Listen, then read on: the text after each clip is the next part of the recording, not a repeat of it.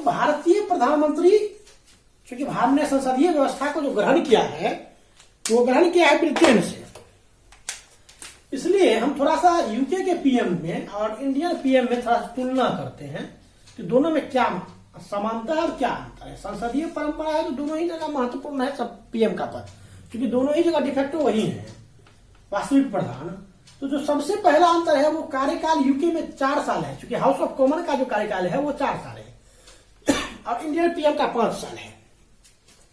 दूसरा जो अंतर है, जो यूके के प्रधानमंत्री हैं उसको हाउस ऑफ कॉमन का सदस्य होना चाहिए। हाउस ऑफ कॉमन यानी जो वहां का निचला सदन है जिसका कि चुनाव होता है, इलेक्शन होता है, उस इलेक्शन में जीत कर आना चाहिए तभी वो पीएम बनेंगे। लेकिन भारत में ऐसा नहीं है। भारत में लोकसभा और राज्यसभा दोनों में से किसी का भी, लोअर हाउस और अपर हाउस दोनों में से किसी का भी मेंबर पीएम हो सकते हैं। तीसरा जो अंतर है, जब ब्रिटेन में कोई प्रधानमंत्री बनता है तो उसका हाउस ऑफ कॉमन का मेंबर होना अनिवार्य है। अगर वो मेंबर नहीं है तो वो नहीं बन सकता। भारत में ऐसा नहीं है। भारत में अगर लोकसभा या राज्यसभा का मेंबर नहीं भी है कोई तो भी पीएम बन सकता है, बशर्ते कि 6 महीने के भीतर उसे किसी पद की सदस्यता ले लेनी होगी। और ये 6 महीना वाला जो कॉन्सेप्ट है ये सब पर लागू होता है। पीएम पर भी लागू होता है, मंत्री पर भी लागू होता है, स्टेट में चले जाइए सीएम पर लागू होता है, या स्टेट के किसी भी मंत्री पर लागू होता है।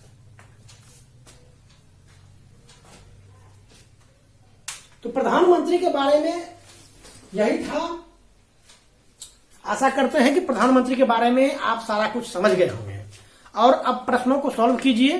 कुछ प्रश्न यहां से और पूछे जाते हैं जो कि ऑब्जेक्टिव टाइप के होते हैं, जैसे कि कौन से प्रधानमंत्री थे जो राज्यसभा के सदस्य थे, तो इंदिरा गांधी, एच.डी. देवेगौड़ा और डॉक्टर मनमोहन सिंह।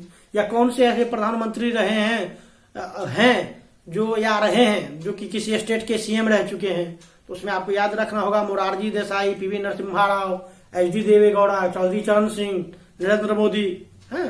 उसके बाद आपको पूछा जाएगा कि भारत की पहली महिला प्रधानमंत्री इंदिरा गांधी, भारत के सबसे लंबे कार्यकाल वाले प्रधानमंत्री तो पंडित नेहरू, सबसे छोटे कार्यकाल वाले प्रधानमंत्री तो अटल बिहारी वाजपेयी, 13 दिन का ही उनका कार्यकाल था। तो आशा हम आपसे ये एक्सपेक्ट कर रहे हैं कि कुछ चीजें आप भी कीजिए और वीडियो लाइक आए। अब हम इतना मेहनत कर रहे हैं तो कुछ मेहनत आप भी कीजिए। हमारे चैनल को सब्सक्राइब कीजिए और बगल का जो बेल आइकन है उसको दबाइए ताकि हमारे वीडियो की नोटिफिकेशन सबसे पहले आप तक पहुंचे।